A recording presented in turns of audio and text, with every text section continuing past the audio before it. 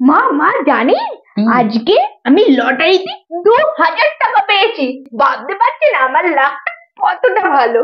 ও পেয়েছো, ভালো কথা, কিন্তু কার জন্য পেয়েছো বলো তো? কার জন্য? না আমার জন্য। আমার মুখটা দেখে গেছিলে, সেই জন্যই পেয়েছো।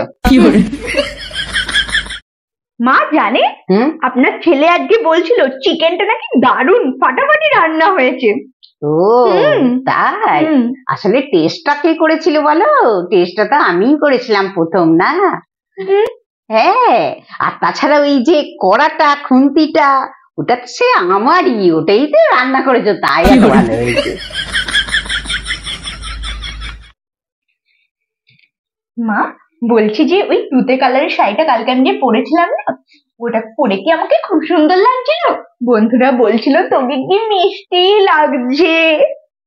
হ্যাঁ, ভালো তো লাগবেই, তাই না? শাড়িটা তো আমার, তাই এত ভালো লাগে। মা জানেন একটা খুব ভালো খবর আছে।